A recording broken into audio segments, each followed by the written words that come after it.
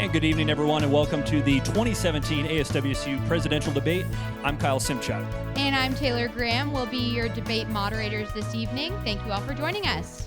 Tonight, we are here before you to provide answers to your questions so that you may make an informed decision in this year's ASWSU election.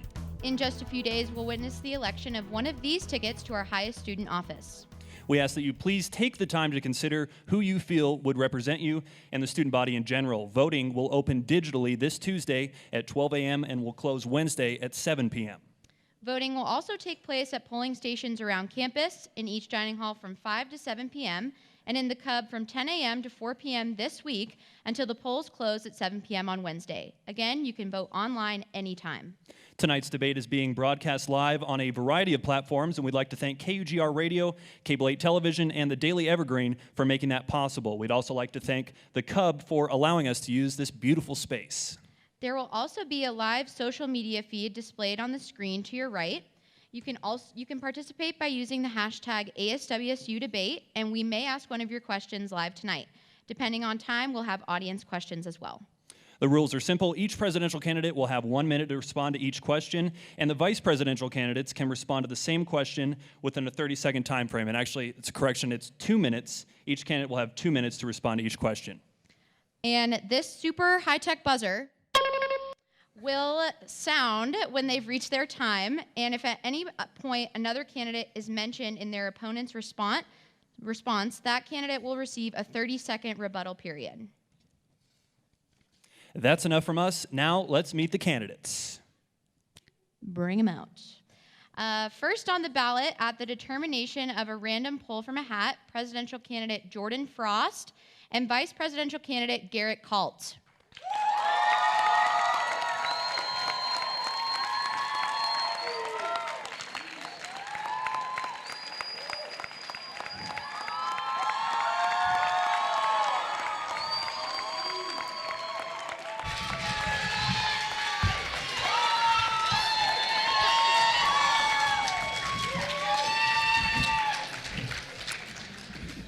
And second on the ballot for President, Zach Anders, and Vice President candidate Kai Amos.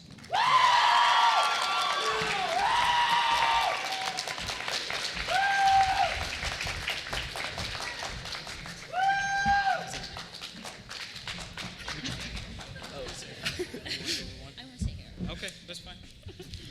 The candidates, thank you all so much for joining us tonight. All right, and we ask the audience tonight to remain respectful and clap only at the conclusion of a candidate's answer. Candidates will now have 2 minutes each for an opening statement, and we'll start with Jordan Frost and Garrett Kalt. All right. Ready? Oh, excuse me. Oh. Okay, yeah. We are ready to change the conversation. We will make ASWSU reach its full potential. We have listened to students, and overwhelmingly they have said they want a strong community, they want to feel connected, they want to feel involved, they want their diversity to be seen as a strength and not a weakness. They want ASWSU to prioritize academics. They want strong academic advising. They want strong career development and internship opportunities. They want a transparent student government, a government that will share information with them but also values their voice and takes their input. And finally, students want a safe campus. They want to feel safe walking to and from campus, and they want to know that their fellow Cougs are here to help them and not to hurt them. We have extensive leadership experience in and out of ASWSU. We know students, we know the concerns that they have, the issues they face, and what they care about.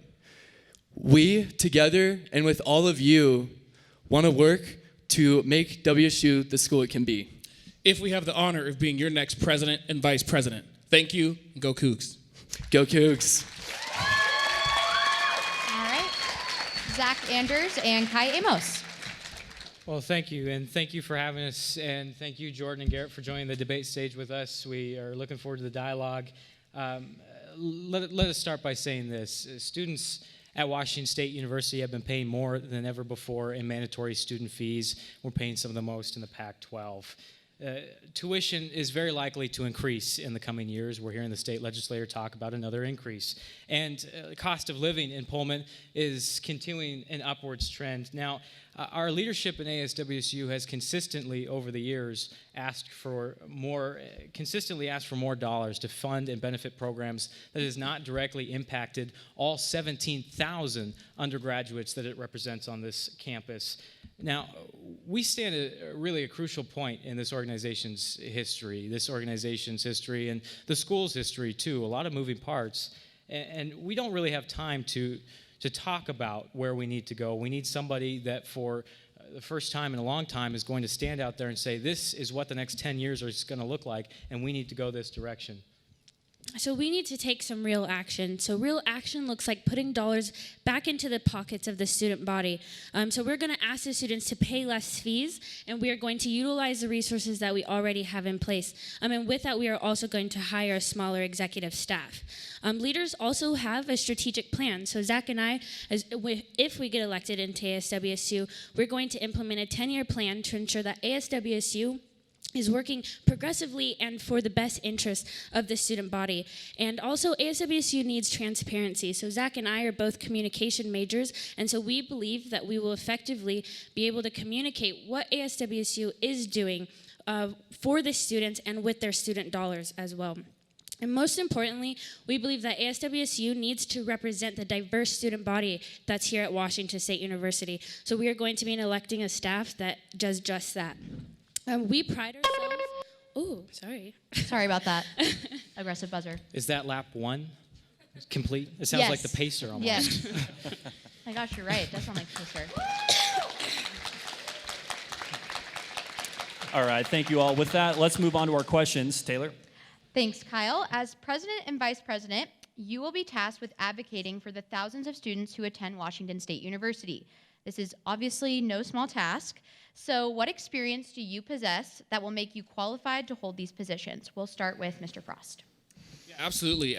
One of my first leadership roles at Washington State University started out as a residence hall president, like many of us, and that was an exciting gig. But the next step was serving on the Carson College of Business Strategic Planning Committee, and I did that my sophomore year. And in that role, I was working with administrators and staff to plan out the future for the Carson College of Business, and that was my first committee experience. Since then, I've served on over 12 university committees in regards to student fees, hiring university administrators, building new buildings, and all of those experiences have connected me to different administrators, to different offices, having to actually vote on decisions that are consequential to students. In my 4 years here, I've had the pleasure of doing so and working with administrators all across of our campus to make sure that student voices are heard. It's really challenging sometimes when you first get into those committees, but now having been on so many, I think understanding what the administration is looking for, what kind of competencies they're looking for, how to build those relationships, that's really important. And fortunately for Garrett and I, we've built those relationships with administration. We've been at the table when those decisions have been made. And so for us, it's just continuing that, but also taking the platform of president and vice president and setting the agenda for the association. Is it dual? Sorry. Yes. You just said join. Okay, Collective. great. Yes, so I've had the opportunity to have a lot of leadership roles here on campus since I stepped foot here. This will be my third year within ASWSU. So I started on the Cougar Lobby team, which was a great experience, and I currently serve as an all-campus senator, where I've been able to work on things that really matter, extending dining hall hours, working on the student conduct process and changing that. Also, being a campus tour guide, sharing the love of WSU with prospective students, being the only member here today on the stage that's part of the Greek community. Shout out to all my brothers of Sigma Phi Epsilon. Couldn't have done this without them. And then also the experience that I've had back home with leadership. I recently launched a nonprofit where I'm just, okay, cool. Sorry about that. And Mr. Anders, we'll move on to you. Well, first off, I'm coming from Snohomish area. Originally, families from Alaska coming down.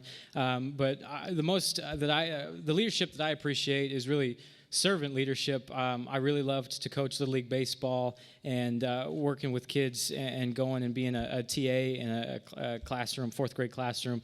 When I came to WSU, I was Jordan Frost's vice president in RHA. That was a good year for us. We had a lot of progress. And then in my first year at WSU, I was elected, or appointed rather, the co-chair of the election board, and then we had a resignation. So suddenly, as a freshman, I become the chair of the election board, and maybe it was ignorance, maybe it was just, I don't know what it was, but I said, you know what, let's go out and get record voter turnout. And last year we did. We went out and we got record voter turnout. So for me, experience is more about servant. I go every summer to Mount Cispus. I'm a junior counselor at Mount Baker Leadership Camp. I teach high school leaders. I feel like we have plenty of experience. I know the ASWSU budget process. I'm very familiar with the organization itself, and I've run a lot of different organizations of this scale. So we feel very confident in our ability, our experience. Kai's coming from a lot of different diverse backgrounds that she'll tell you about here too, and she's just as talented, if not more than she is more talented than I am, really. Okay, so since I've been on campus, I've held a multitude of leadership opportunities. I was a resident advisor for a year, and then I was also an orientation counselor working with incoming students. And with that, I'm doing orientation counselor again, so that's exciting. But I've also been the editor-in-chief of the Chinook Yearbook at Student Media. So through that, I've learned how to advise at least a staff size of 7. Oh, okay. And so I have been able to delegate tasks, and I'm also able to talk to individuals and figure out where their strengths are and where their weaknesses are and what their passions are, and ensure that they're holding a position and making an impact in the way that they want to. I'm sorry, it's so aggressive. It's okay. All right, moving on to our next question. ASWSU as an organization operates with a budget and often funds events, clubs, and efforts to enhance student life. What issue, in your opinion, commands the most attention when it comes to improving student life, and how do you plan on funding the necessary changes to improve the issue? And we will start with Mr. Anders. Thank you.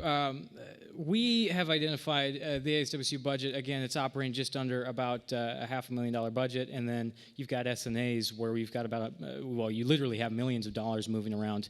For us, it's about when students on campus are paying some of the most in the Pac-12. You're paying over $1,000 in mandatory fees. Next year, it's going to be even more. You're looking at that and you're going, well, what are we getting in return? If we're paying into services, what are we getting in return? I look to transit and I say, absolutely. We absolutely have to have a well-funded transit system. We absolutely have to have health and wellness funded to be able to provide the adequate care that we need. But then you get into some other conversations and you look at the exec budget and you say, well, when we spend $20,000 on a retreat, is that necessarily for a small group of people? Is that necessarily impacting 17,000 undergraduates that paid for it? You look at that and you go, I don't know. What we are going to do on day one is enact policy that will move us away from spending capital investment, which is a different thought here, but the majority of our mandatory student fees are spent in capital investment. We're subsidizing the remodel of Martin Stadium, and we can't even get into it anymore. We're subsidizing the Chinook, the Cub, Valley Road Playfields, the Rec.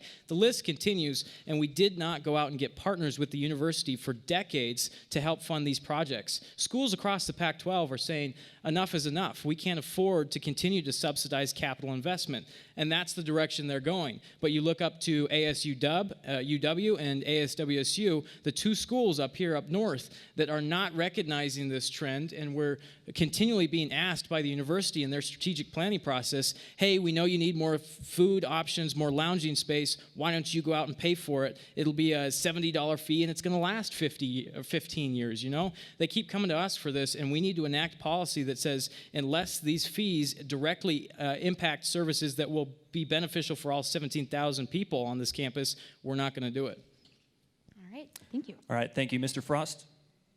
I think when looking at the way ASWSU spends its money, the most important thing that we can do is increase opportunities for more students. So whether that's a committee, whether that's putting money in other places for new clubs and new groups, we have to make sure that those dollars are somehow, if not going back to your pocket, it's giving you a professional development experience, or it's giving you experience outside of the classroom that you would otherwise not get. Another area that Garrett and I think is really important for ASWSU dollars to go is campus safety. We are committed to hiring a director of campus safety next year that will focus on sexual assault prevention, that will focus on mental health awareness. We think that is something that is very important and worthy of student dollars, because at the end of the day, a safe campus is all of our responsibility. Even if you have not personally been impacted, your neighbors or the person sitting next to you in class has been impacted. And so our job is to make sure that we're having a safe campus, and I think using ASWSU resources for that is a very important cause. Yeah, and then to go back to our platform, transparency is one of our pillars, and we want to put a name and face to every student dollar that ASWSU spends and the university spends. We want to create an infographic that people can go online and see exactly where their money's going. And I think communicating that with students is vital and key, and me and Jordan are dedicated to doing that. We just want to make sure we can do what we can to make sure students are aware where their money's going, but ultimately, at the end of the day, they have the best college experience ever. Thank you. The first few weeks after the election could be pivotal in initiating long-term goals and plans that will echo throughout the year. What do you consider to be your number one priority early in your term, and what would your first order of business be if elected? Mr. Frost, we'll start with you. Yeah, I think the most important thing, and if you go back a couple weeks ago, I was on with the Daily Evergreen, and they said, what would you do day one? And I said, we're going to do a strategic plan. We're going to sit down as a team, as an entire ASWSU, not just exec staff, but all of ASWSU is going to sit down and say, 10 years from now, where do we want to be? 15 years from now, what resources are students going to need? How is our university and how is our government going to need to operate? If we can plan that out, but also bring our partners in. Let's sit down at the table with President Schultz and see how we can all be aligning and putting all of our resources in the same place, all of our manpower, all of our lobbying resources, all in the same place. I think that is so important to align and to know why you're doing something, not to just say, we're going to do this, but say, we're doing this because it's going to accomplish one of these goals. And I think that's what's so great about our 4 pillars, is that at the end of the day, we can always come back and ask ourselves, are we building community? Are we prioritizing academics? Are we increasing transparency? And are we ensuring safety? Yep, we hope to hit the ground running by having conversations with people, bringing them in, letting them know what our ideas are, but also hearing theirs. Again, we're really passionate about our platform, and this is something that day one we want to print off and start making plans of how we're going to make it accomplishable. All right, and Mr. Anders. Well, Jordan, I'm glad you brought that up because during our campaign announcement, we talked about having a 10-year strategic plan, so I'm glad that the conversation shifted that way because ASWSU is one of the only organizations, one of the only student organizations in the Pac-12, let alone the nation, that operates without a 10-year strategic plan. Had we had a 10-year strategic plan in place in 2000, say, I don't think we would have been paying off or had such an urgent process to go get the Chinook out there, and now we're looking at $70 for another 15 years on students that did not have a say in that project when we could have had partners in the university had we met with them ahead of time, sat down and said, you know, we need this project in the future, let's work out our strategic plans. Bygones be bygones and past, let yesterday be yesterday. Looking forward, our initial goal-setting process, and this is coming back to what we want our administration to look like, we need to have a structured conversation. There are certain projects that we're not going to be able to accomplish in a year's time, and that's what a strategic 10-year goal does. We need to be able to answer the question, what do we want student life to look like in 2027? And that's what we will be aiming to do. Yeah, so if we have time. So what we're going to do is talk to the student body as well, pull in different administration heads, and reach out to all of the 12 ASWSU committees while also engaging with other people who feel as they are not represented and make sure that we bring everybody together and ensure that that plan is reflected within the 10-year plan that we have set. One more point here. The last 4 years of candidates have all had transparency as the top pillar on their campaigns. So I want to look to that and say, well, why haven't we had it? If we've heard candidates been talking about it for 4 straight years, even longer than that, why have we not words? Why are we not getting a transparent government? What is in our way? And I think the fact that we don't have a goal-setting process that looks past a year is a big part of that problem. So I agree with you. I agree with you both on that. All right, and you guys have 30 seconds to respond to that. I believe the rebuttal is in regards to the initial comment where I believe Zach suggested that I took his idea of the 10-year strategic plan. If you go back a couple weeks ago to that Daily Evergreen interview, they said, what's the first thing you'll do? I said, I'll do a strategic plan. Zach said he's going to get Martin Stadium open. And so that's definitely not something that I would have stolen from him, and I don't appreciate that. But in looking at the Chinook, and he mentioned how students didn't have a voice in that project, I was here when that conversation started. That was a student-pushed, student-led operation, and students definitely had a voice and a vote in that decision. All right, thank you, Mr. Frost. Moving on. Hold on.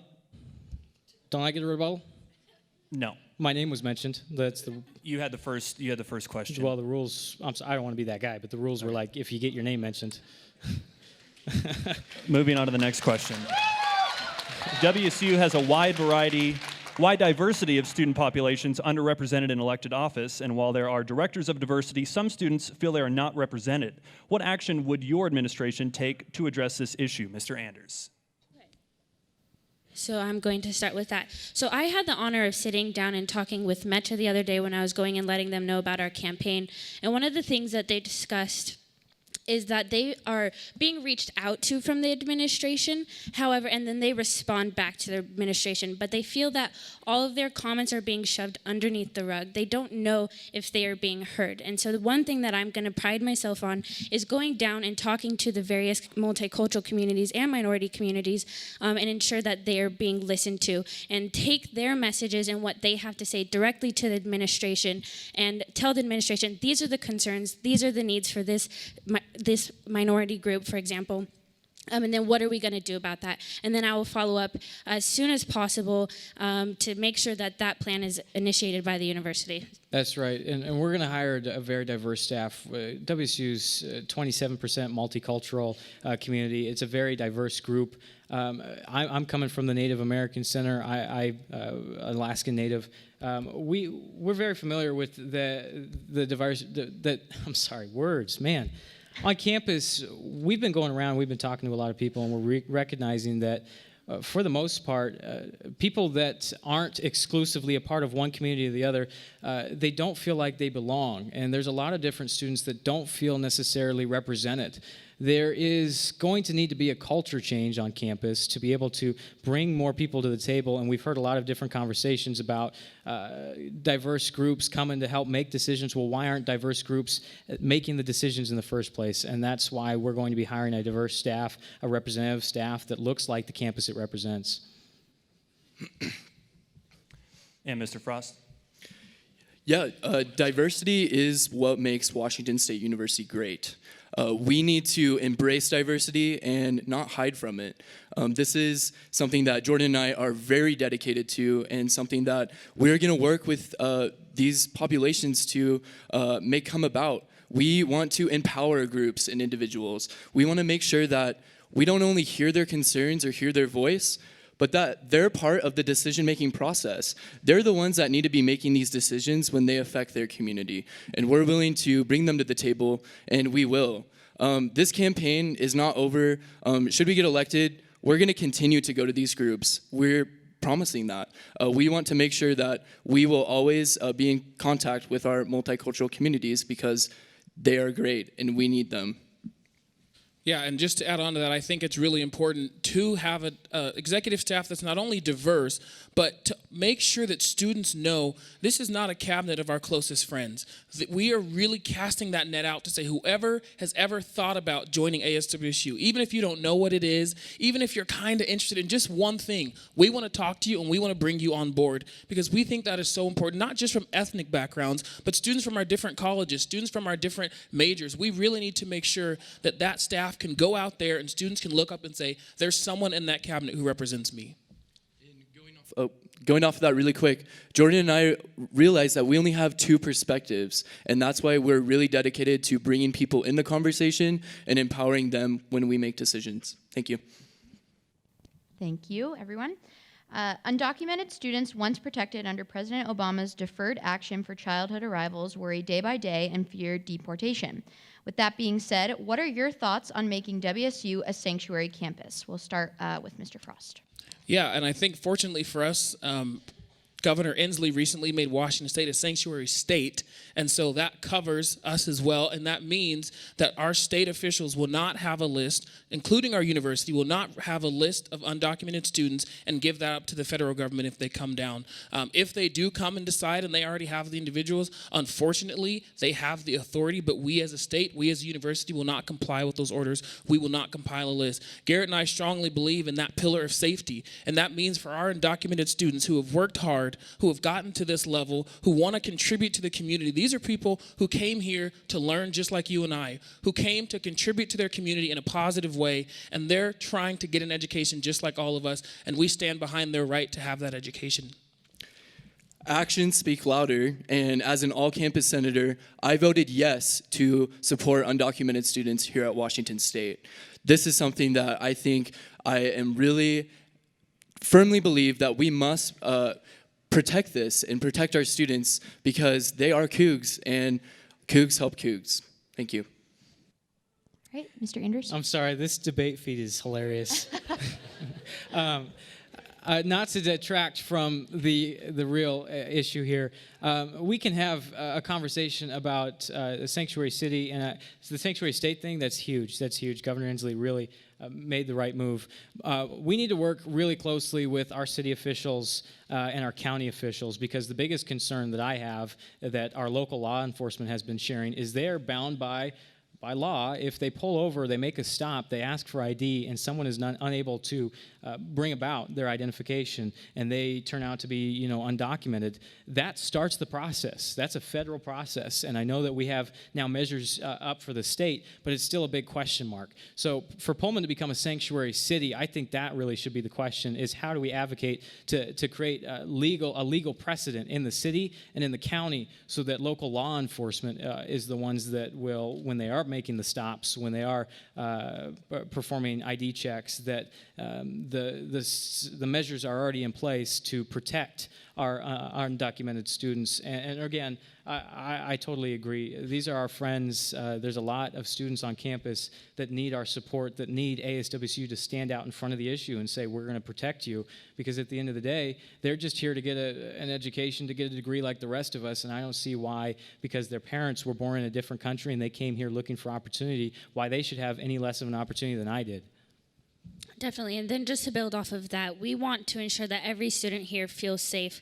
And so with that, I think that Washington State University and ASWSU needs to start taking proactive measures to ensure that these students feel safe. So in regards to the posters that were hung up about the undocumented students, I think that it was important to recognize that that should have been a conversation that we were having prior to these posters being put up. We knew that this community was going to at one point be threatened by people on this campus and people all around the world. And so I think that our platform is about ensuring students feel safe, and so we are going to make sure that we work with the university to provide that.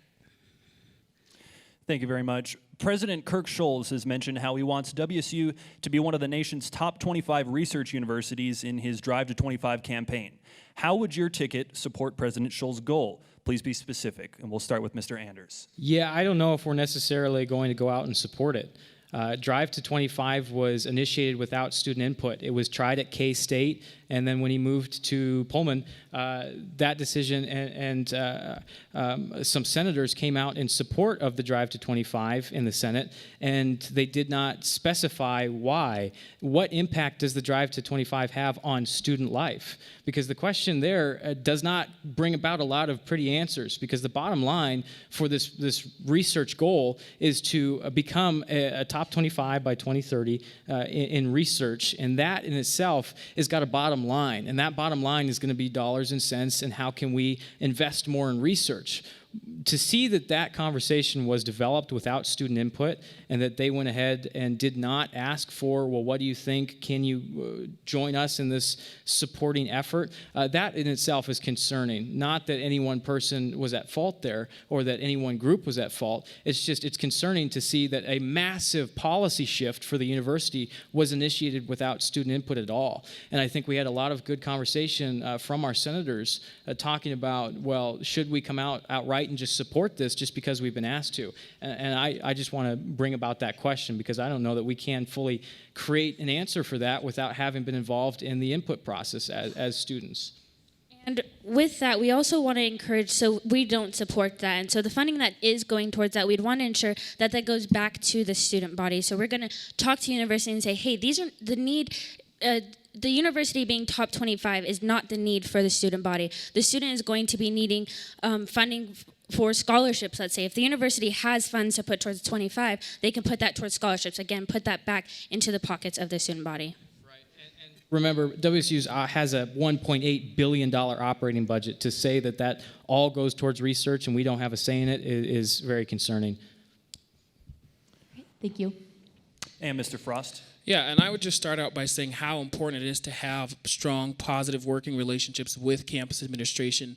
I want to give a shout out to my current bosses, Taylor Christensen and Kyle Strachilla, because you go around campus and one thing you'll hear from campus administration is that they respect ASWSU because ASWSU has consistently come to the table respectfully, trying to solve problems, trying to come up with solutions, not complaining, not telling the university what they're going to do, but saying this is what students think is important and this is what they value. And that's the approach Garrett and I want to take, and that we'll continue to do with those relationships we've already built. The Drive to 25 is an institutional initiative, so our job is not to say, this isn't happening because we've already seen it's already started. What we have to do is go in that room and say, President Scholes, we need to make sure that these priorities are along with the Drive to 25. We need to make sure that that student voice is constantly at the table rather than telling them to change direction all of a sudden, which we've already seen all the research put behind it. Let's partner with them and make our way into that conversation. Garrett wrote a resolution that he's going to talk about in a little bit that does add that student voice to the Drive to 25.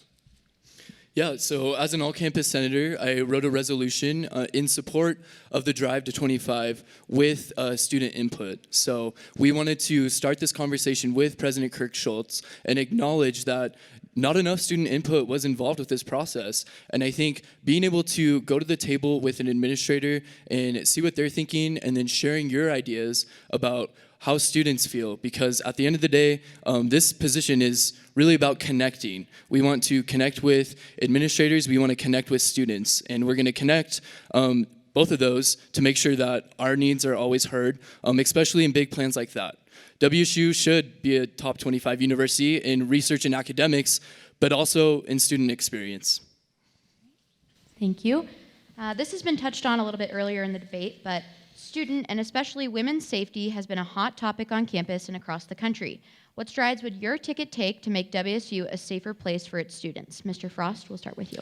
Yeah, this is huge for Garrett and I. Safety is one of our top pillars. Since we've come to campus, we have both been working on sexual assault prevention, whether it was on the It's on Cougs committee, whether it's on the university program subcommittee, which I currently sit on, which is helping craft new programs in education for our freshman students, but also looking at those barriers to reporting, right? What are we doing to make sure that the survivors have an open pathway to reporting, that we're trusting them, that we're believing them, that we're listening to them? This is not something that Garrett and I are going to dictate, but we want to talk to the folks who are directly involved and say, you're important and we're putting your priorities at the top of that conversation. We can't talk about sexual assault awareness anymore because we're all aware. We need to start talking about sexual assault prevention, and that involves bringing everyone to the table and saying this is a community issue. This is not one group's fault. This is not their fault. This is all on all of us to solve and to work on, and I think Garrett and I are really committed to that. Definitely, and all Cougs must feel safe on campus, period. Well, we cannot let anyone feel unsafe, and this is something that Jordan and I are immensely dedicated to. Working with It's on Cougs and sexual assault prevention, I recently wrote a resolution as a senator, and we will be getting new violence prevention programs at Washington State University. And this is going to ensure that every Coug that comes to WSU knows what consent is, knows what healthy relationships are, and etc. We're having these conversations, we're making these actions already, and we need to make sure that next year we ensure that all Cougs feel safe, and for years to come as well. Mr. Anders? Yeah, I agree, and I think that what we're seeing across the nation, especially at universities that have been rocked by some, I look to Stanford and Brock Turner, absolutely unacceptable cases where there could have been prevention in place.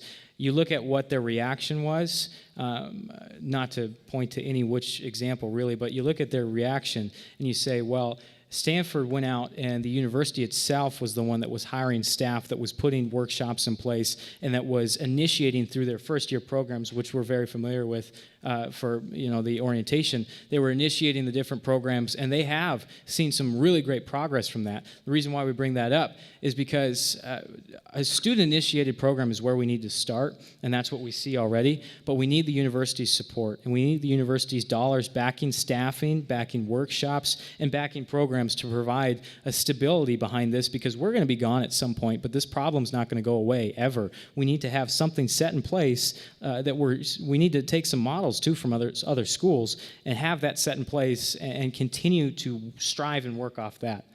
Yeah, and as an orientation counselor, I worked with first-year students, and they were all introduced to boost sex reality checks, and we recognized that that was a failed attempt at bringing awareness to how to give consent, I guess. And it's good. We need conversations like that to be held, to bring awareness to that. But we need to take it a step further. That's something that needs to be implemented throughout the entire 4 years here at Washington State University, to have that at the front of everybody's mind, so that when they are going out and having a college experience and interacting with people and going to parties, that's at the very front thing, is how can I support my cougs, how can I prevent sexual assault on campus, and then how can I ensure that everybody is safe around me. And the last thing that we want to mention too, we need an immediate culture change for bystanders. Bystanders are the biggest step for prevention, and we need to create a very blanket feeling across campus where people feel safe in making sure that they intervene in situations that are unsafe.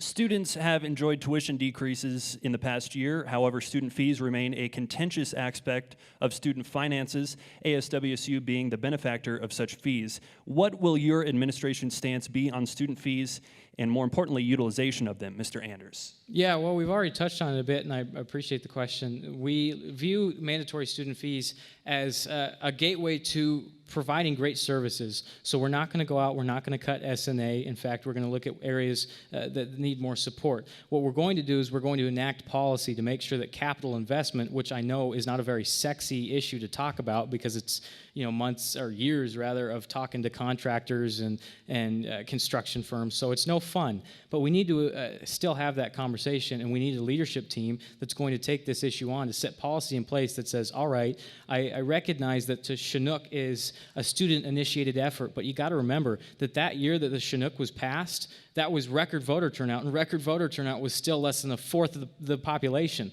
And less than a fourth of the population, 50% of that, just voted yes. And in the referendum language, all it said was, well, you won't have to start paying for the fee until the remodel's done. That was 2-3 years down the line. The majority of people that were voting weren't going to have to pay for it, so of course they're going to vote yes. So in the future, we're going to be enacting policy that says when we go out and we invest in capital, like building a new rec, and I look to the University of Colorado, which has rejected they're paying over $200 for the next 10 years to subsidize the construction of their recreation facility. They've rejected that. They've gone to make partners with the university even after that referendum was passed to help ease that off. That's the area where we have the biggest lack of leadership. Somebody needs to go in there, a team needs to go in there and say, we need to make partners with the university and assure that capital investment in the future, mandatory student fees, the majority of that $1,000 is going towards capital investment. We need to assure that it's representative and reflective of all 17,000 undergraduates on campus. Okay, and just to add on to that really quickly, is we are in support of the fees that directly support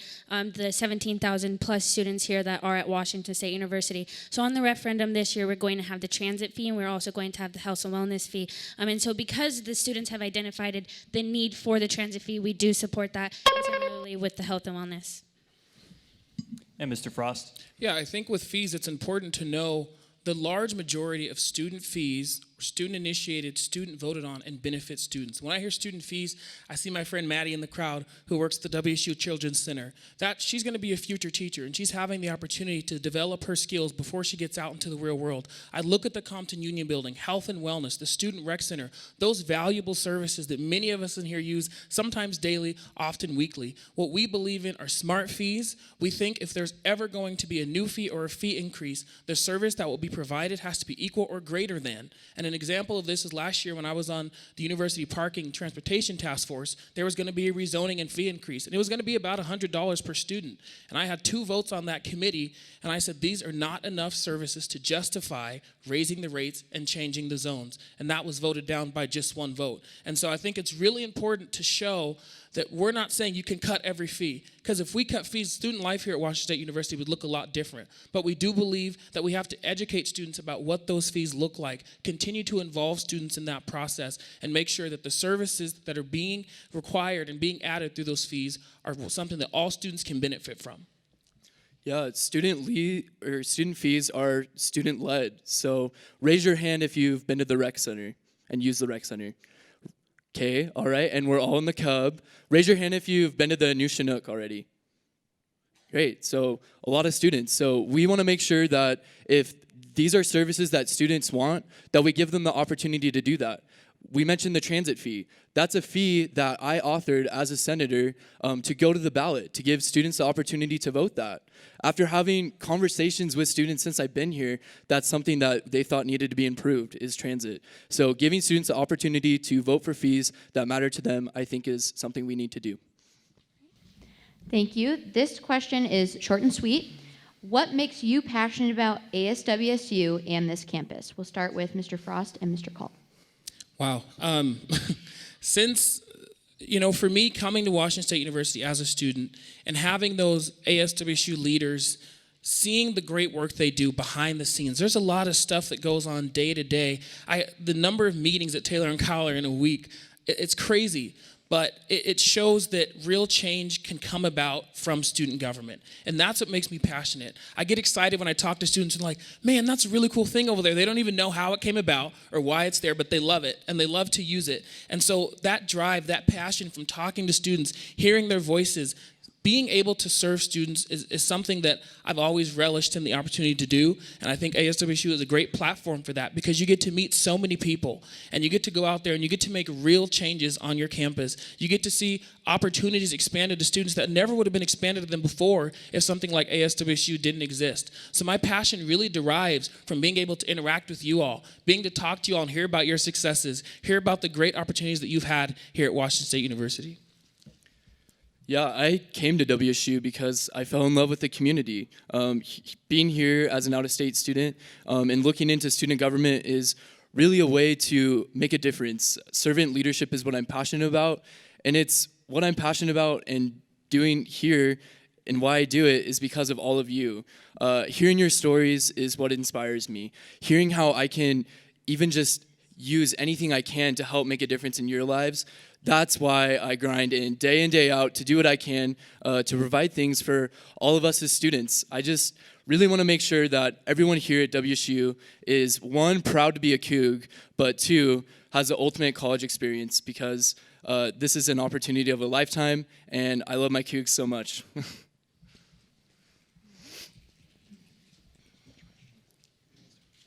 Oh, and Anders, please respond. All right, so I'm going to take it first. Sorry. Okay.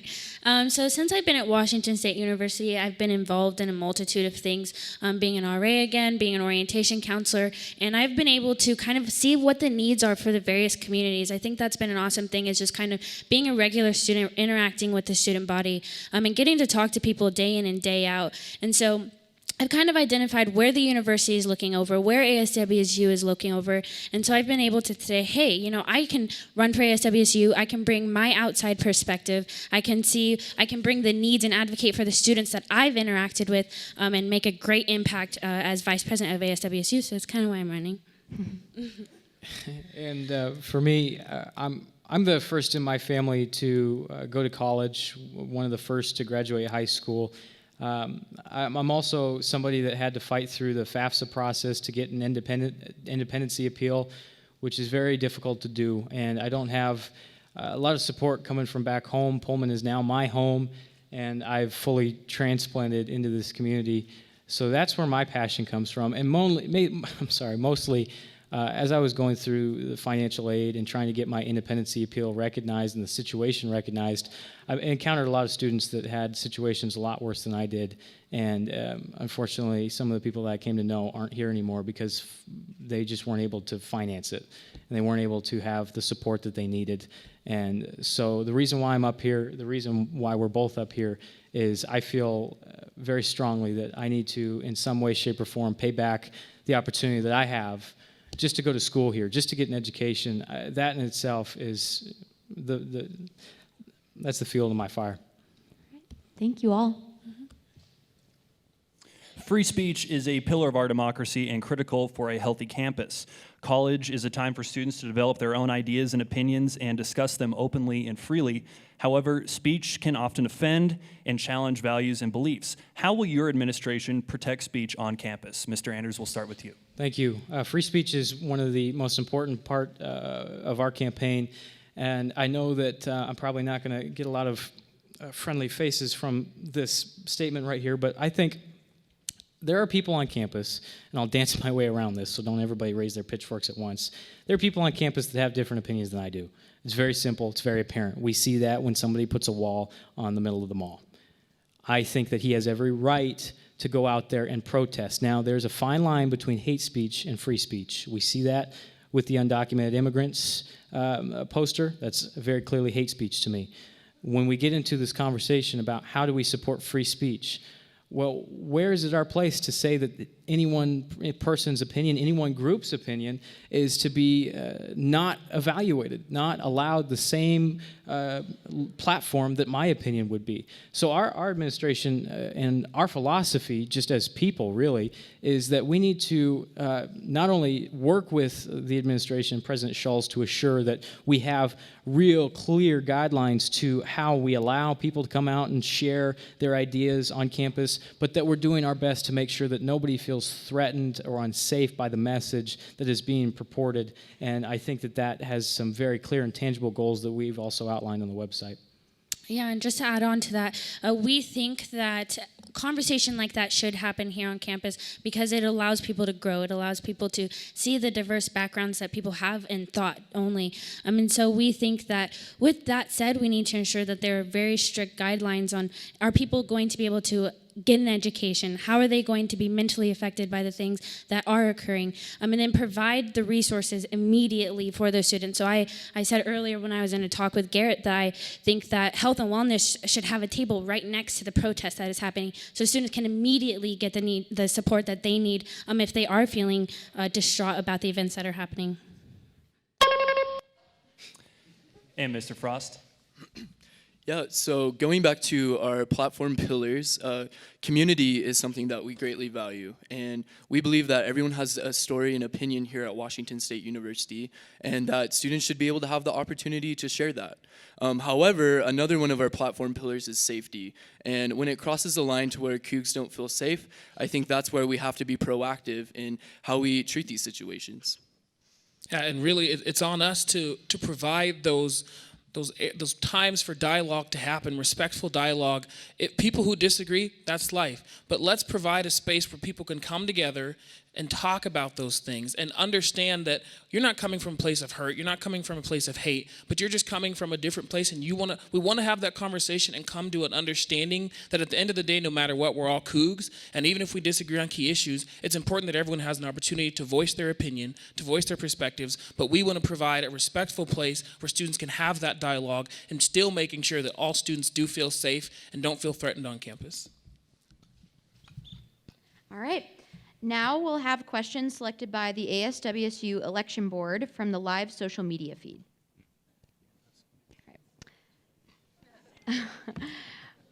All right. This is directed to the vice presidential candidates. Why do you want to be the vice president? How would you make a difference in that position? And we'll start with Mr. Kalt. Yeah, I want to be vice president so I can do my best to serve the school that I love and the students that I cherish. I firmly believe and I'm confident that I would be able to do a well job in this role. Being someone who has served on the Senate for 2 years, one of the biggest roles of the vice president is to chair the Senate and really bridging that gap between the Senate and the executive staff. Being that person that's able to work with all the committees that I've already been a part of and committees that I've already been working with. Being able to actively be that voice for students. And at the end of the day, having that experience of serving on the Senate, I think is invaluable, as I'm going to know what these senators are facing. I've been in the seat that they're in, and they're trying to make a difference at this school too. And I want to really be able to help them so they can help Cougs and really just bridge the gap between our executive staff and our Senate.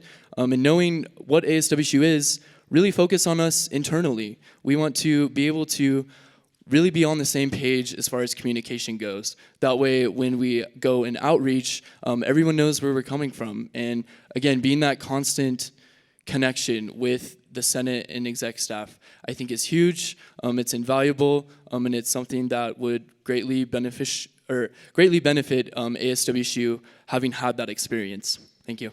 Thank you. Ms. Amos? Yeah, so my passion in life is to kind of improve the community that I'm in. So whether that's on a personal basis where I'm having a conversation one-on-one with somebody, or on a bigger level such as being an orientation counselor and sharing my experiences of WSU and how that's impacted me, and then bringing that, and hopefully they'll have the exact same impact that I did.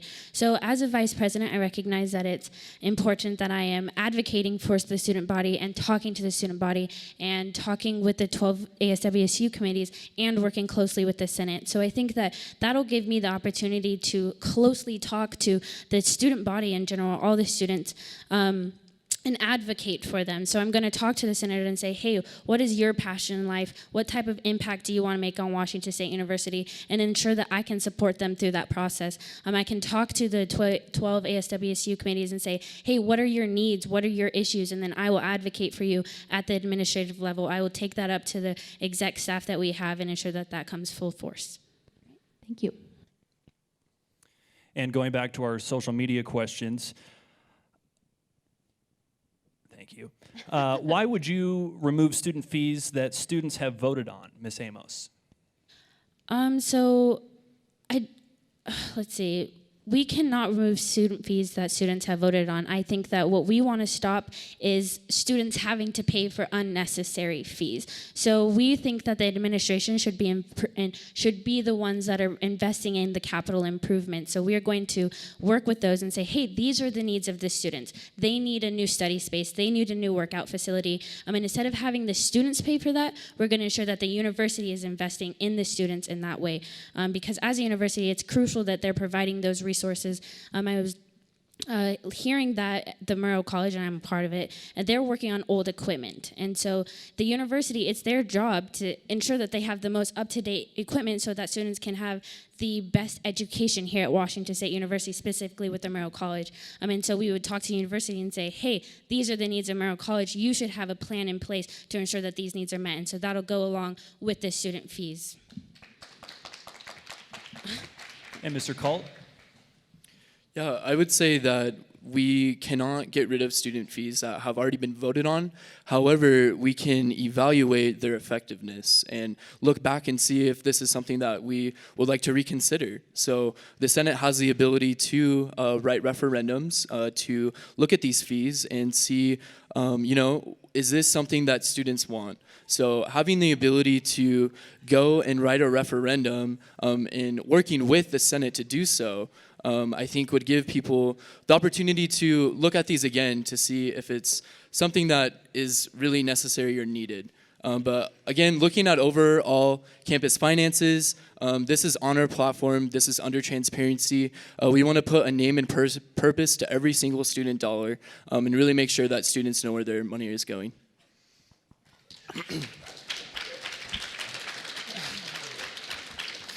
All right. How are you going to make Pullman a safe place to travel? We'll start with Mr. Frost.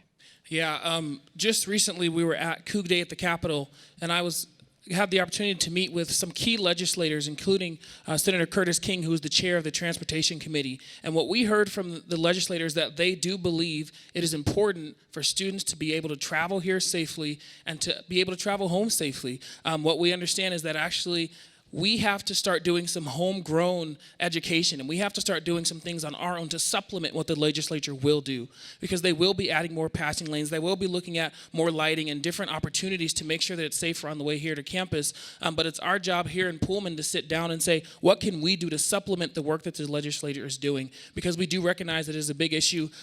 Once again, I want to applaud the current President Taylor Christensen for holding a special event that will be later. I don't want to ruin it, but to honor those students that we lost this past winter. I think it's really important to stand with those families and to let them know that they have our university support, and to show that by coming up with solutions as a community for things that we can do here on campus to supplement the work that the state legislature will be doing to address safety concerns traveling to Pullman. Is the Vice President allowed to speak to this one? Or? Yeah. Okay, great. So also, I would say that our safety platform extends campus. So this is something that we recognize that students are coming to and from Pullman quite frequently. So working with Senate these past couple months, we called legislators and we told them that, hey, this state route needs to be looked at. This state route needs to be addressed. And being able to call them and then go up to Olympia and lobby with them face to face, I think that's invaluable and that's big. And it's something that me and Jordan are dedicated to working with administrators, working with state legislators in the future to ensure that we would be able to make sure that Cougs arrive safe, they know how to travel best, and that they have the best conditions possible to make it to and from school. Thank you, Mr. Anders and Ms. Amos. And I don't think we necessarily disagree. We are looking at well, maybe we do. We're looking at an issue here where State Route 26 has always been one of the most dangerous highways in Washington State, on the West Coast too, for decades. And I just press that, why haven't we addressed this issue further? We've got passing lanes that will be added by 2022 for the WSDOT allotment, but you got to remember that the Washington State Department of Transportation has the entire west side that they're going to put their funding and their priorities at the top of the list. Eastern Washington is always down towards the bottom. So I look at that as leaders 10, 15 years ago should have been taking this issue on, not just now. And now we're looking at, we've lost 6 students this year. That is absolutely unacceptable. That is 6 people that came to this university to get a degree, and we had 3 pass away. We've got Dash, we've got Rachel and Jessica that all pass away just trying to get to school. And then we have President Schulz the next day tweet out, well, have a good first day of classes. Where do we have some sort of, when do we all stand up and say, can we just wait to have classes one more day? Can we just hold off, please? We've got an institution that's got 20,000 people trying to drive in all at once. And we expect it, in the middle of literally blizzard conditions. I-90 was just getting rattled that entire weekend. There was over 100 wrecks on that stretch of I-90 from Seattle to Spokane. And we really expect that every student is going to be able to get to school safely. That's ludicrous. We're not going to allow that. One of the things that we're working on is with the Whitman County Sheriff's Office is to improve the communication network between them and Pullman to be able to provide road reports and condition reports on 26 and accident reports so that students that are coming in will get alerts through the WSU app as they're traveling down 26 to see what the road is like.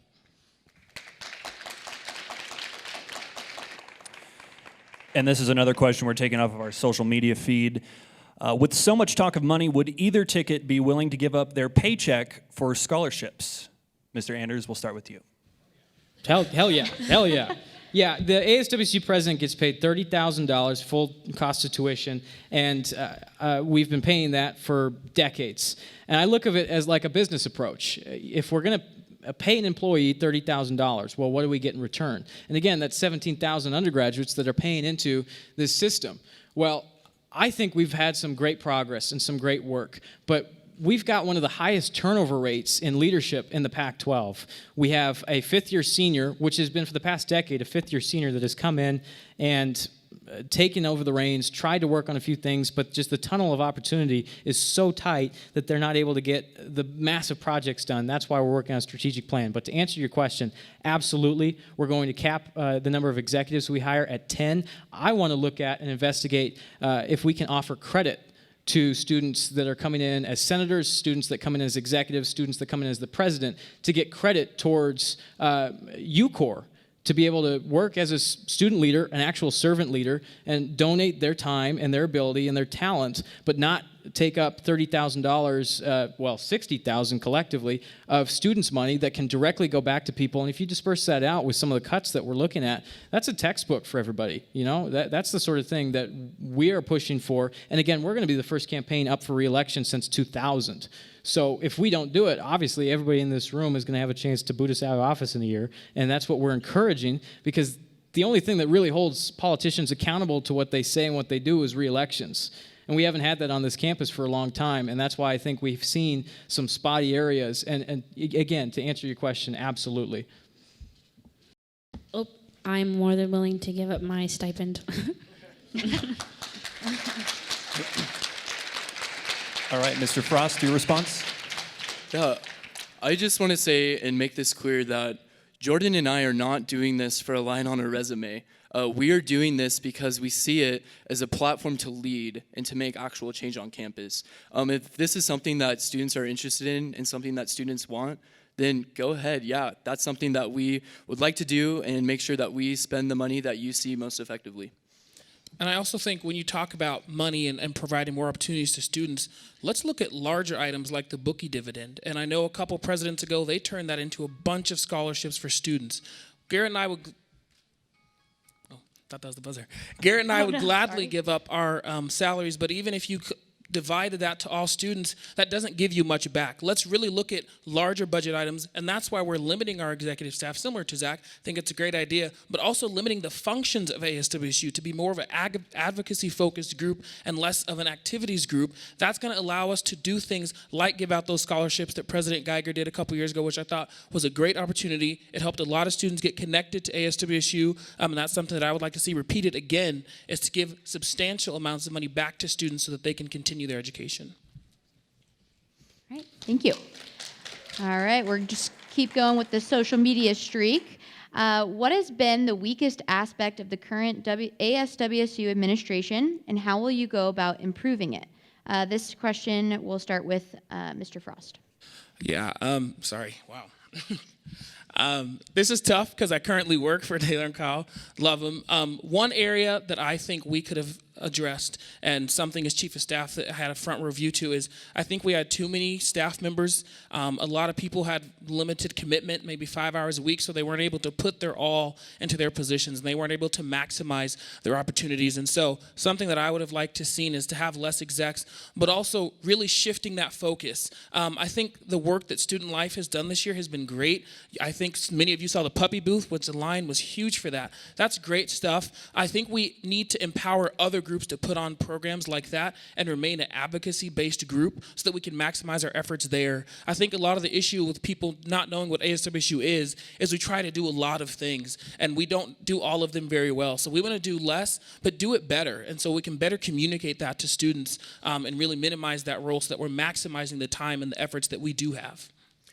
Yeah, I would say improving that communication is huge. Every student on our campus should know what ASWSU is, what our operations are, but also if it's something that they're interested in, feel like they can get involved. ASWSU needs to be a more inclusive group. People should feel like they can come to ASWSU when they have a concern. People should feel connected to ASWSU. We want to make ASWSU more inclusive and diverse because we're your student government, and we want to do what we can to best serve you. All right, and Mr. Anders and Ms. Amos.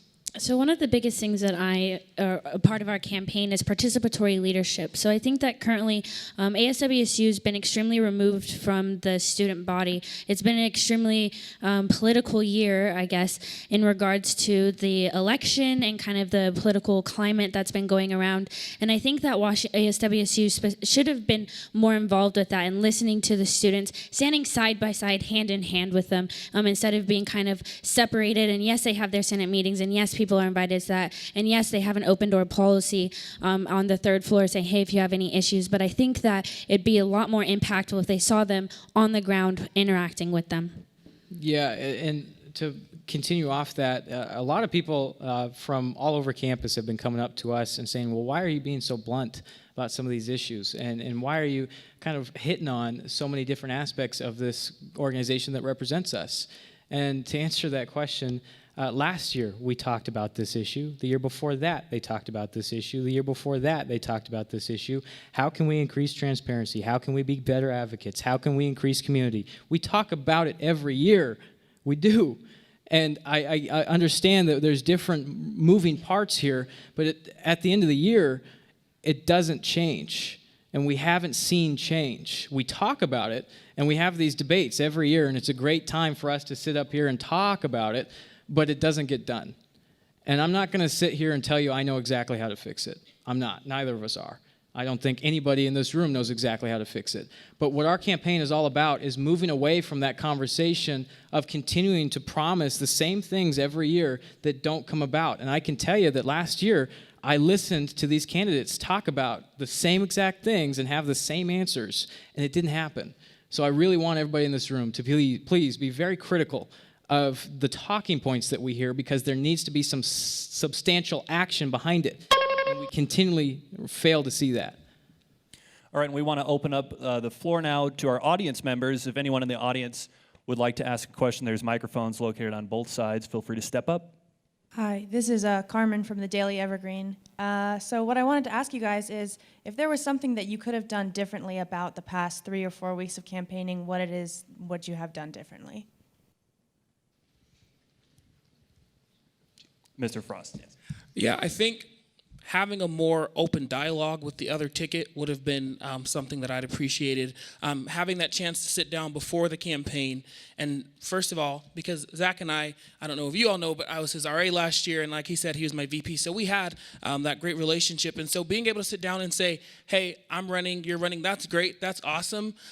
Let's talk about what that's going to look like. Let's talk about how we're going to respect each other's space, have open communication. Something that a couple tickets ago did is they said, we're going to communicate with each other throughout the process so that we're aware of what's going on, and so that we don't have to see the mess, understandably, that a lot of students perceive this election to be. If we'd have that open communication and dialogue, I think that's really important. So being able to go back and talk to each other beforehand and set some kind of basic rules of how we want to operate and how we want to treat each other throughout, I think that would have been great.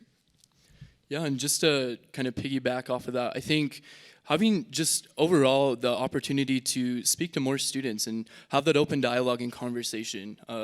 Me and Jordan are both pretty busy, so figuring out ways to really flesh out our schedule, to make time to meet with as many groups as we can, as many individuals as we can, be on the mall having these discussions. But we did get a chance to meet with quite a few people, but we would love to continue to do that, and we're just really excited about this whole process. Yeah, and I know that we've got off to a rocky start too, and publicly apologize for if anybody felt offended by my personal Twitter there for a while. I guess that was an issue, but to start things off, Jordan and I, a couple of months beforehand, Jordan was encouraging me to run, and I wasn't too sure, and there was a communication breakdown that we didn't know what each other were doing. So I kind of went on my own road, and he went on his own road, and now we're here. And I think that at the end of the day, this university is going to be in absolutely incredible hands, and that the student leadership on this campus is going to flourish under either.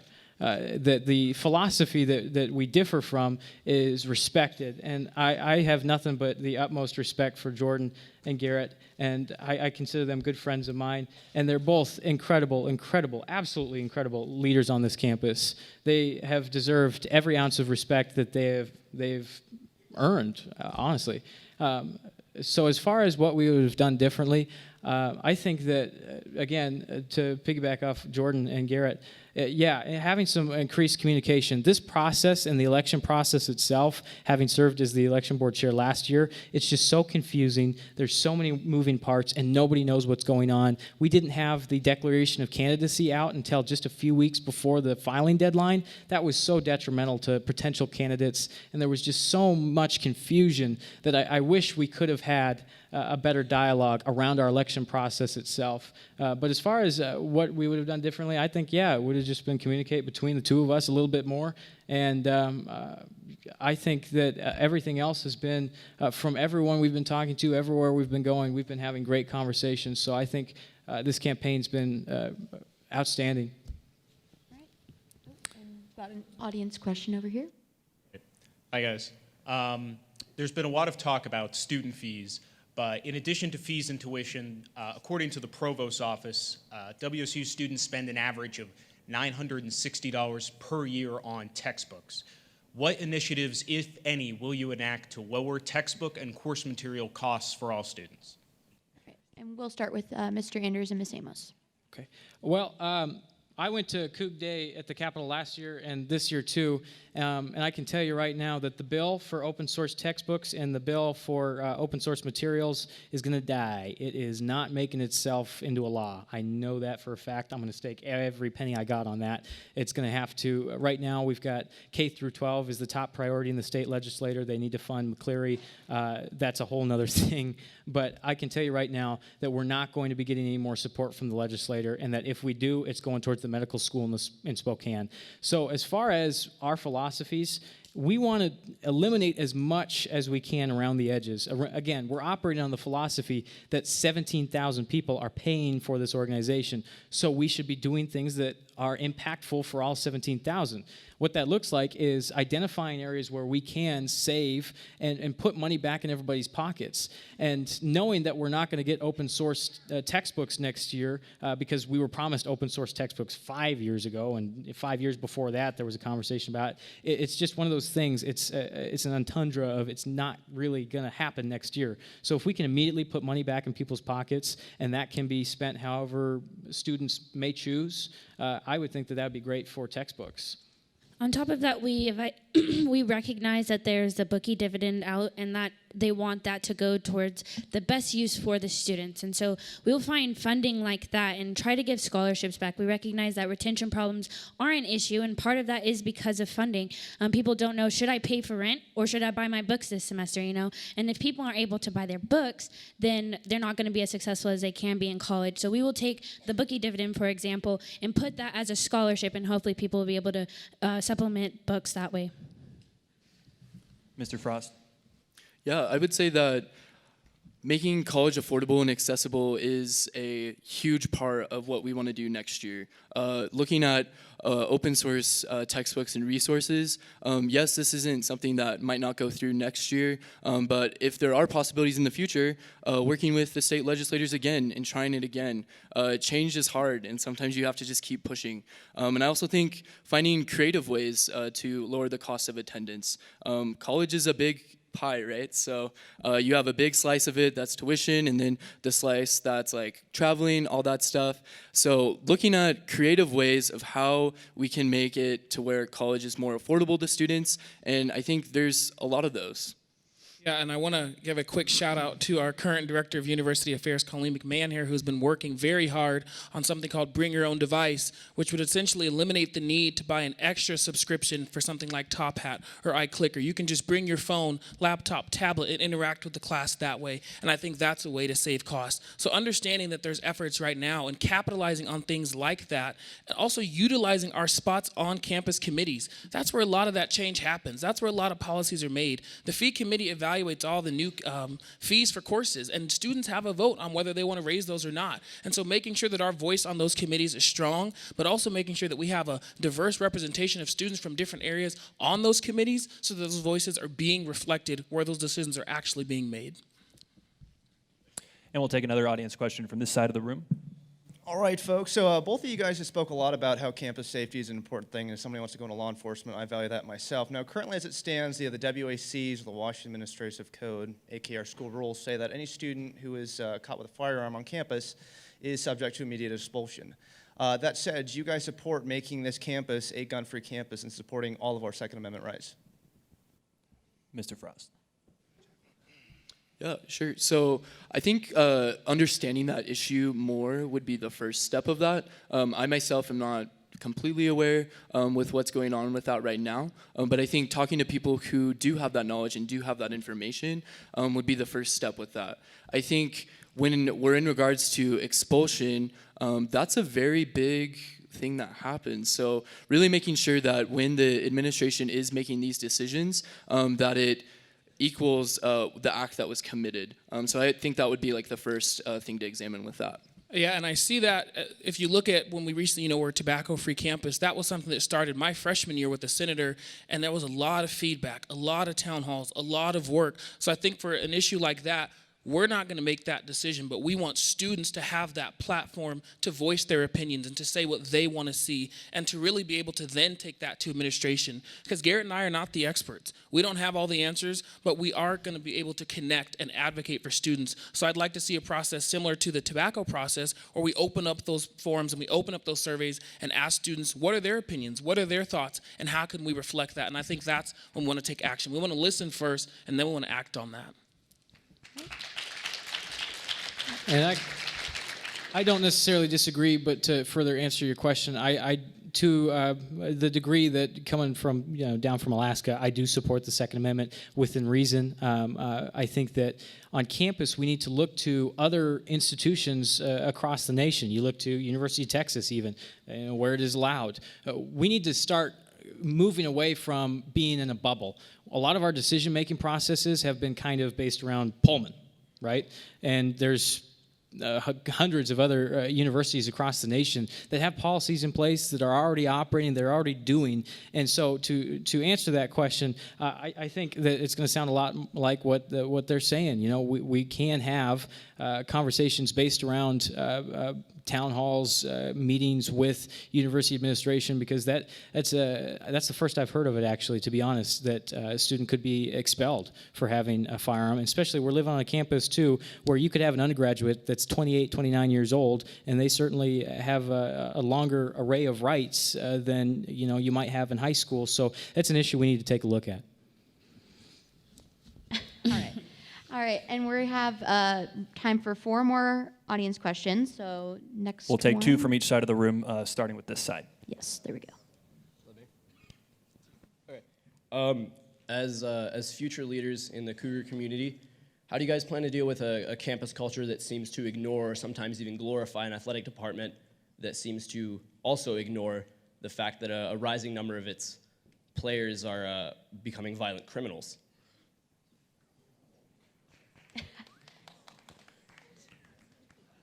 Oh, hey, that's a great question. I work for a scouting website called KookFan, and I cover the team, and I also went and covered the cases. So the Robert Barber case, the Shalom Luwani case I covered. And from a perspective of a student, I'm wearing 2 hats here, because I've got the, go sit in on the hearing and the go stand there as a student. And you look at that and you see, well, our athletics department is operating with a $13 million deficit. And they're coming out and they're asking for our support, and they're looking for us to come to the games and be enthused about the process. And then we look at the athletes, and there are some incidents going around. I want to be very clear that just because you're a student athlete, you are no different than any of us up here. You've just got a really hell of a schedule to take care of in the afternoon with grueling practices. But I think that you're hitting at a vein here that a lot of people on campus have felt uncomfortable around that whole notion that you might be a student athlete, you might be able to get away with a little bit more. And I don't think that's the case. I think, if anything, they're scrutinized more, and people tend to laser focus in on some of the incidents, because there are a lot of incidents that are coming around Pullman that don't involve athletes that go unreported. But because you're wearing a jersey, you're going to get your face and your name printed in the paper. So we need to be more critical. But also, the conversation, the culture change is coming away from, why is athletics in a $13 million deficit, and why are we being asked to help make them solvent, right? So if that answers your question, that's my thoughts on it. And then also holding the university accountable to that. So coming to the university and the athletics department and saying, hey, these are the issues. We don't think that these students should be representing our athletics team, because that's not what Cougs are about, and taking that into concerns. And Mr. Frost. Yeah, I think with that, and part of what Zach touched on is important, is also making sure that students don't think that other students are getting special treatment. With that, the way we have that conversation is going to look a little different. I think the biggest mistake would be to go to Bill Moose's office and say, kick that person off the team because he doesn't represent us, because that's going to get a lot of pushback and there's going to be no progress. Again, I'm going to allude to Taylor and Kyle. They've had great working relationships with athletics, and I think that has been something that is rare for ASWSU administrations, but that's because they don't go in and they don't demand to them what they're going to do, but they express their concerns, they express the student voice, and then they come up with a solution together. So we have to partner with athletics, and we have to express to them how important it is to students, right? Athletes they're on display all the time, so obviously there's going to be a higher level of scrutiny. So we have to talk about is what educational initiatives are there within athletics to talk to our athletes about their role in the community, about how important it is for them to be role models, things like that don't target them and say you are the sole problem for this, but say we want to come in and we want to help and assist and support these students and support our athletics department so they can come back to us and say that we are all partners in this community. We don't need to set up all these dividing lines and say athletics this, Greek that. We need to talk about being Cougs together and how we can address resources there and solve our problems that way. Yeah, athletics gives our campus a lot of benefits. Everyone loves going to, well, not everyone, a lot of people though, do love a Cougar Football Saturday and do love going to athletic events. However, safety needs to be paramount, and we need to make sure that safety comes first, and that, again, all Cougs feel safe.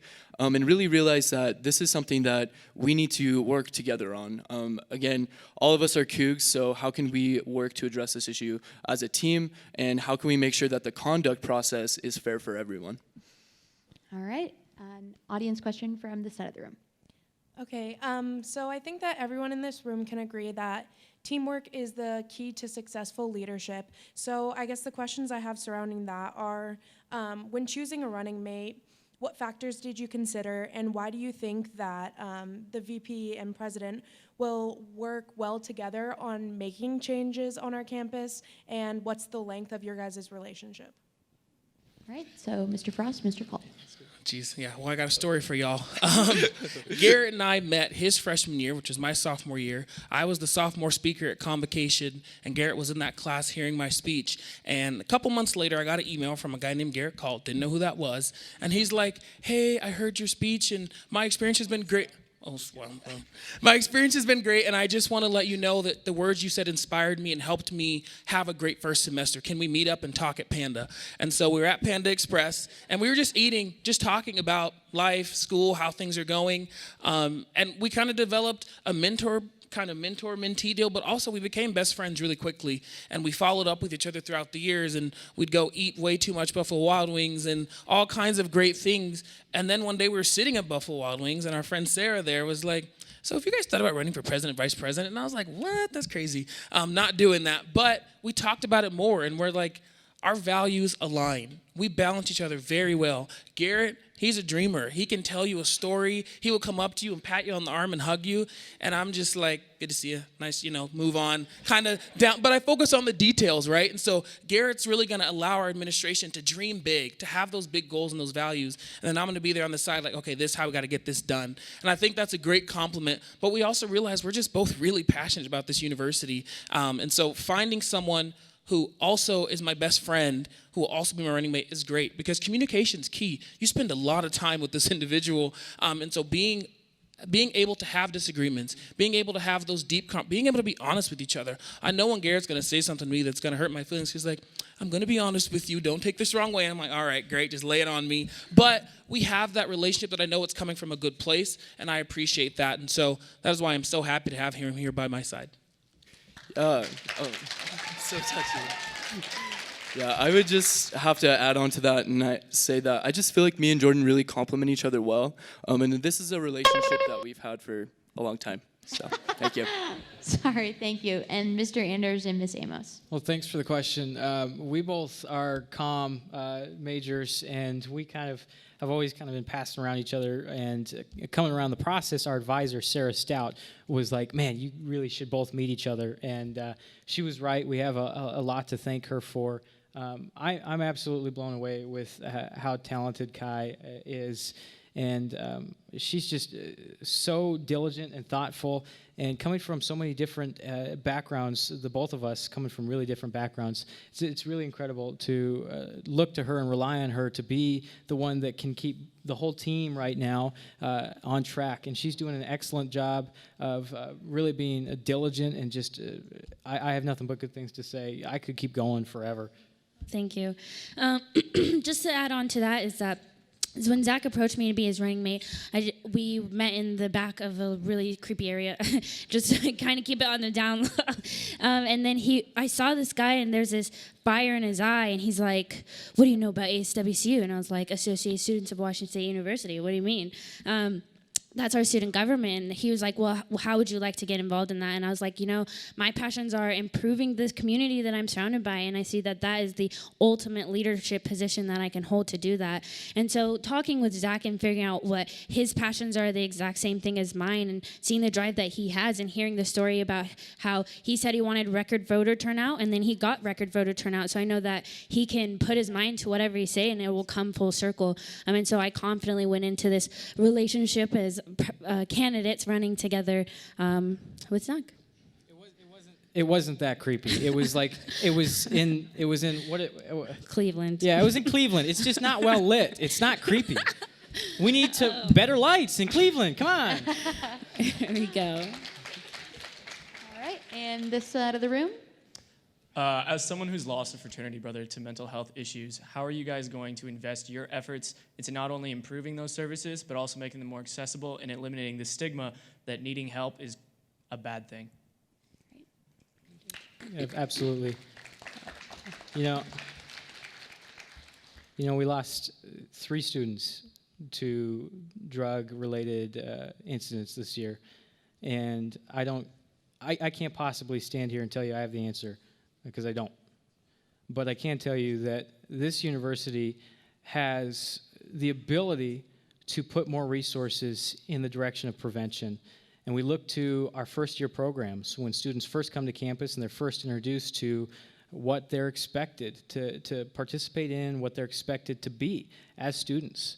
And to see that Green Dot's going away this year, to see that some of our different programs that we need to be investing in aren't getting the support they need from the university, I feel like that's a lack of communication coming from the student's standpoint, because you're right, it's absolutely unacceptable. And coming from a family that has a deep background of mental health issues, I very well understand that sometimes you can't be the one that goes out and says, I need help.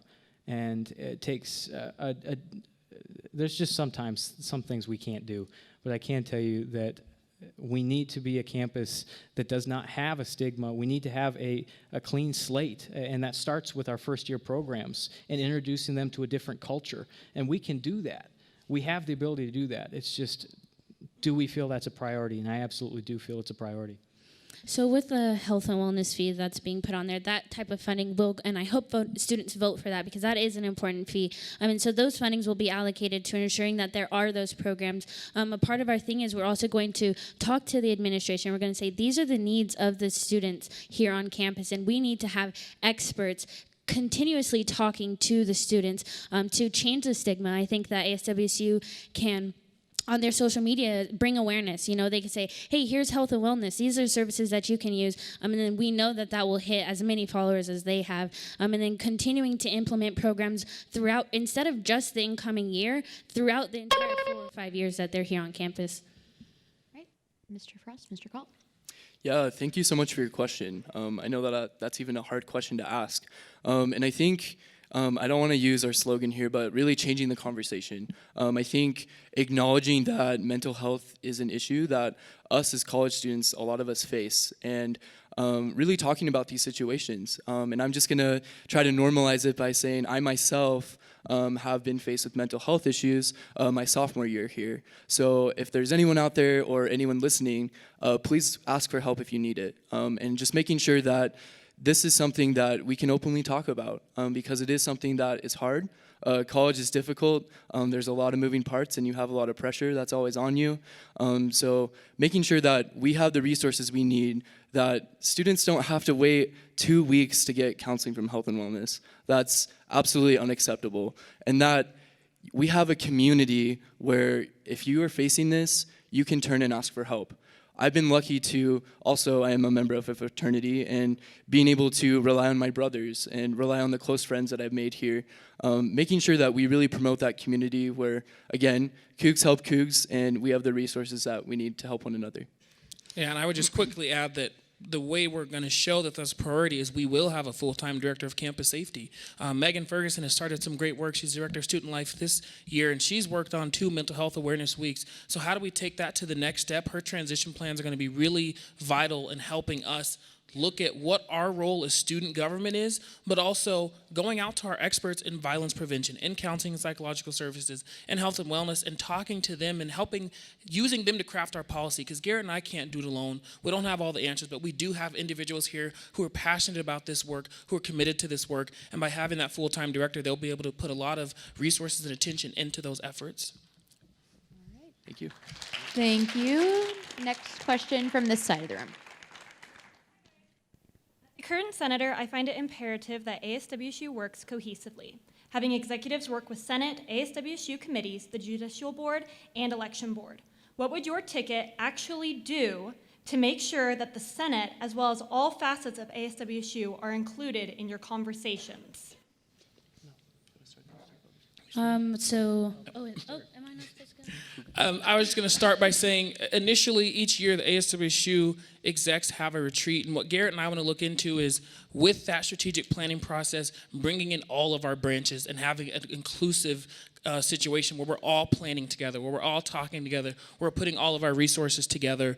Actually, I had a bad start with the Senate this year because I ordered gear for everyone, and I accidentally ordered wrong sizes for a lot of people, and they're really mad at me. So that was a tough foot to start on, but really opening that dialogue, I think having a ticket that has Senate and exec experience, Garrett and I can really bring that together and talk about what some of those barriers have been, and then go the next step to really go the next step to make sure that we're including everyone in that process. We have great leaders on our J board, election board, and Senate. We need to make them feel like their voices are just as valuable in the decision making, just as valuable in that planning, and to make sure that our priorities are lined up. We shouldn't be operating as separate individual bodies. We should be operating as one individual one ASWSU. And I think with our experience in ASWSU, I was on the e-board way back when. And so having all those perspectives and viewpoints, I think we really understand how to fuse those groups together, what some of those mistakes have been, and how we can improve on them.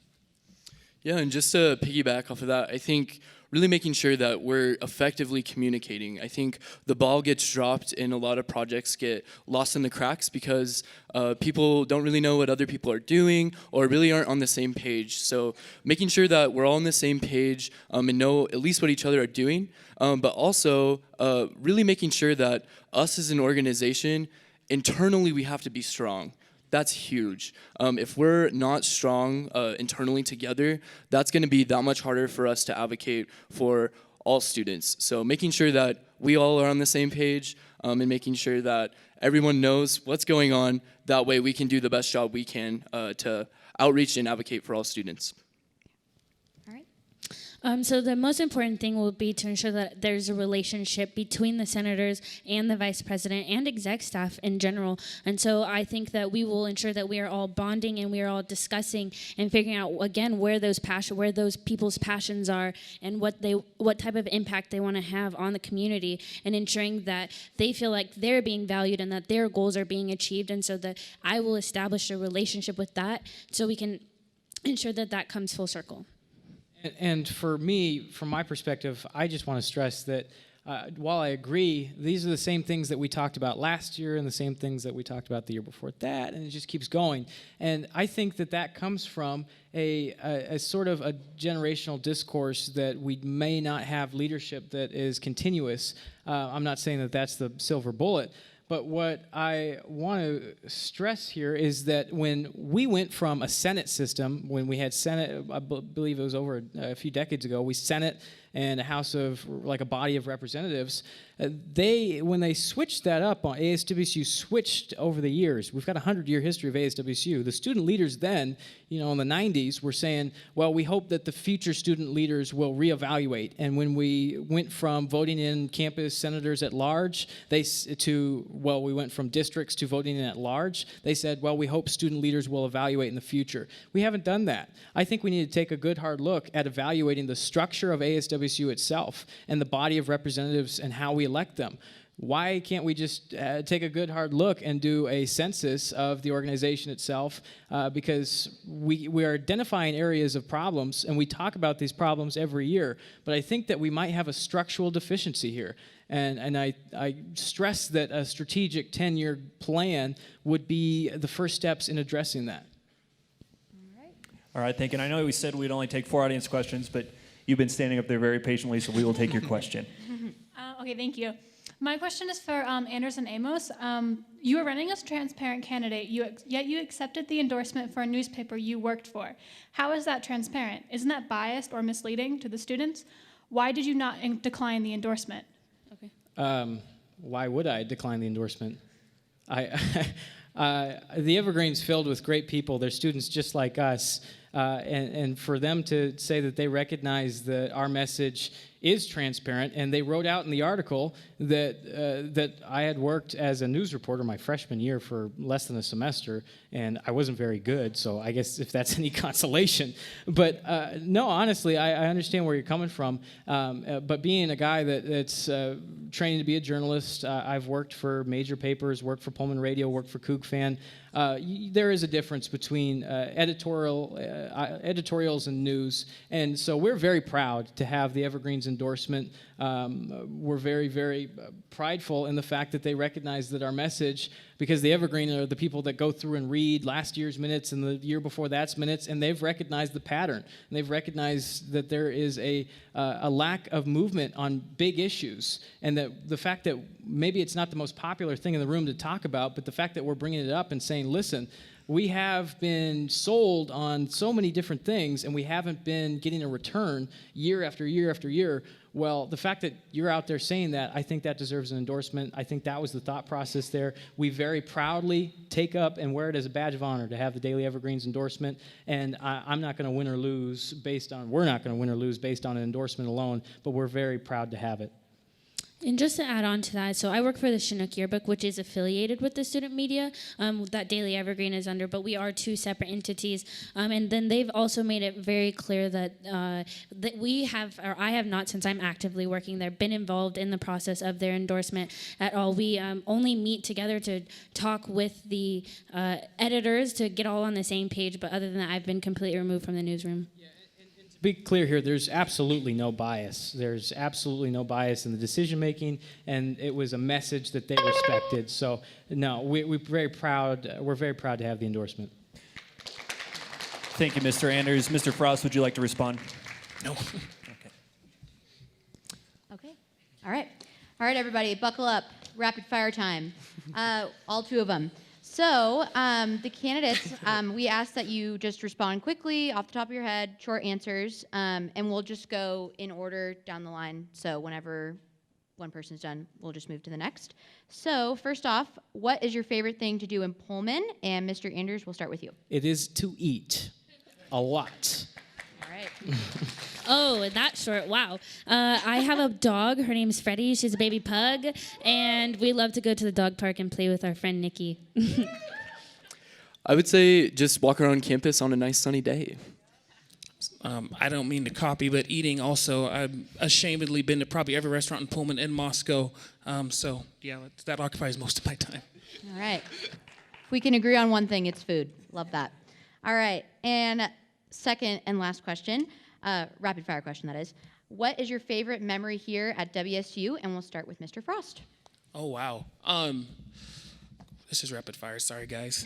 I think, so being a former campus tour guide, coming back and going through, throughout the school year and having students say, hey, you were my tour guide and I really appreciate you. Actually, there's one of them in the crowd here tonight. And it's really nice to have that connection and to build those bonds and know that students value those and those carry on throughout their time here at Washington State.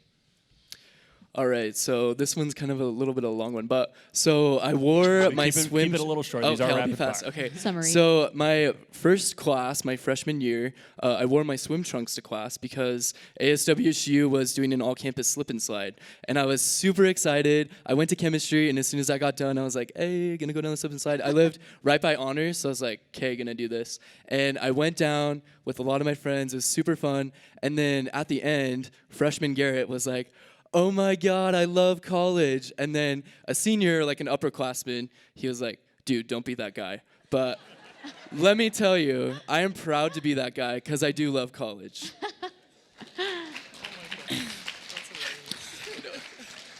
So I think that becoming an orientation counselor was one of my proudest memories here.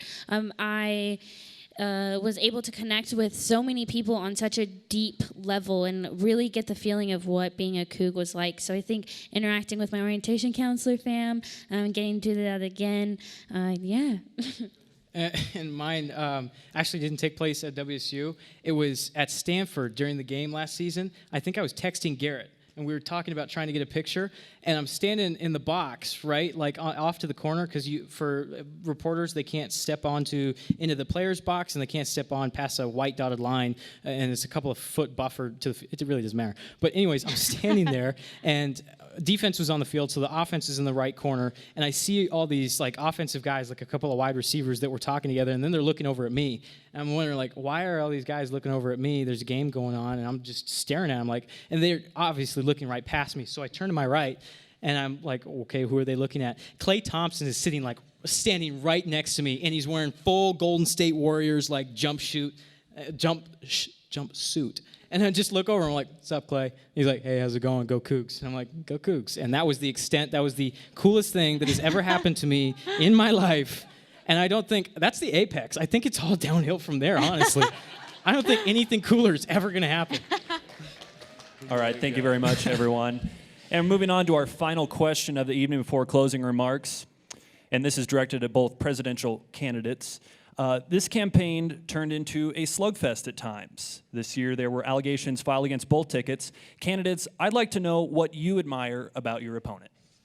Start with me? We'll start with you, Mr. Anders. I love Jordan Frost to death. He is one of the, actually similar to Garrett, I looked to Jordan as a role model, and he was my RA. Really, on the outside, I think it looks like a slugfest. It's not. We have been always very friendly and cordial. On the outside, the outer workings of the campaign, the moment you file an election violation, you get judicial board involved, and it gets put in the paper, and it looks different on paper than it actually is in real life. And I can tell you right now that we have nothing but the utmost respect for each other. Jordan is a role model on this campus. The reason why this is, we're running different campaigns is simply because we want to take an opportunity to go and be a team that will be up for re-election and continue some continuity there. But I recognize that the issues that we're talking about, we have very similar opinions. In fact, we're going to go about a lot of the same issues the exact same way. And no matter what, I want to work with Jordan if he's elected, and I would hope that Jordan will work with us if we're elected. There's nothing here in the campaign that has stopped us from, or stopped me at least, from thinking that that's going to be what happens after this is all over on Wednesday. Yeah, I think the courage, the passion, the ability for Zach as a sophomore to say, I am ready to do this. I think that is very impressive and admirable. There is no way I'd be brave enough to get up on this stage at that level of my college career and take on an opportunity like this. But that just goes to show you that if he is committed to something, if he believes in something, he's going to go for it. He's going to put his all in it, and he's going to give you his best. And I think we saw that last year. I've seen that with him personally, and we see that right now in the way that he's running this campaign. I think it's really cool for younger students to look and say, maybe I don't have to fit this mold to be involved. Maybe I don't need to fit this mold to go out there and put myself out there. I think that's really impressive, and I hope a lot of students, no matter the outcome, take that away from this election, that you don't need to be a certain type of student to be a leader. Every single person in this crowd is a leader in their own way in their community, and so I really respect that, what Zach is doing, the example that he's setting for a lot of students. All right, thank you both. We will now give each ticket 2 minutes for closing remarks, and Did you have something else you wanted to add? sorry, cut you off. I would love to talk about how awesome Kai is. So Kai and I actually arrived here at WSU on the same scholarship, which I think is pretty cool. So we're one of the first people that each other met, which is really awesome. And I really value her as a leader and see her as a very strong leader on our campus. She's done a lot of great things. We've had fun at football games together. And then also one thing I just really appreciate with her is her desire and passion to improve mental health on our campus. And that's something that I really admire about Kai and am so thankful for her about that. And Ms. Amos, you may respond if you'd like. Oh, thank you. So I respect Garrett in every single way, and I think that everybody at Washington State University should. I can talk to Garrett or I could talk about Garrett to anybody on this campus, and they will have nothing but good things to say. We can bond over the fact that we love Garrett Kalt, which is fantastic. And so I think that only stems from the type of person he is, and connecting with people and respecting people and loving people to the best of his abilities. All right. Thank you all. That was so cute. We will now give each ticket 2 minutes for closing remarks, and we're going to start with Mr. Frost and Mr. Kalt. Yeah, I just want to say thank you to everyone here and everyone that's listening. We really appreciate that you guys are all here to be engaged with what's going on right now. Jordan and I will actually be on stage after this. If you have any questions, we definitely want to keep the conversation going. But also just to add to that, me and Jordan, we're just so passionate about doing what we can with you and to serve you. And we want to be able to do what we can to empower all of you and just really make sure that this university is something that will always be a memory that you have and always something that when you look back on it, you think about how awesome your collegiate experience was here at Washington State. And we want to be your advocates and work alongside you to make sure that really happens. So, go Cougs. Yeah, and we definitely appreciate you all coming out tonight. Hopefully we have said something that has resonated with you. Obviously, we'd love to have your vote, but at the end of the day, the most important thing is that you do vote on Tuesday and Wednesday. They open at 12 a.m. on Tuesday and close at 7 p.m. on Wednesday. And don't just stop your engagement here. Continue on and keep holding ASWSU accountable. Those questions that you asked today, no matter who gets elected, you should be in their office in September, October, every month of the year asking those tough questions, holding those leaders accountable, and really continuing to engage, because I think that's the best way that we will make ASWSU better, is by including more of you in the process. So thank you all. And Mr. Anders and Ms. Amos. Yeah, so something that I love about Washington State University is our Cougar spirit. I was flying to Thailand this December with my boyfriend, Garrett, and I was in an airport, and I was wearing my Cougar gear, and somebody goes, "Go Cougs," and I'm like, heck yeah, go Cougs. And so I think that I want to represent that, our Cougar spirit, and Washington State University, and the amazing thing that it is. I know that since I've been here, I have grown into an incredible person that I'm extremely proud of, who I am today. And so I hope that everybody is having that same experience here at WSU and growing to the best of their abilities. And for me, first off, I want to say thank you to Taylor Christensen and Kyle Strachilla. And I think they deserve actually a huge round of applause for their work that they've done this year. They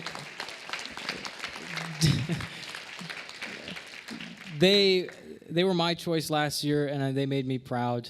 I think that what we want to do is very similar to what their mission and goals have always been, and we want to do that just with continuity. We're not going out there and saying we want to, implode any progress or take away from programs that are already in place.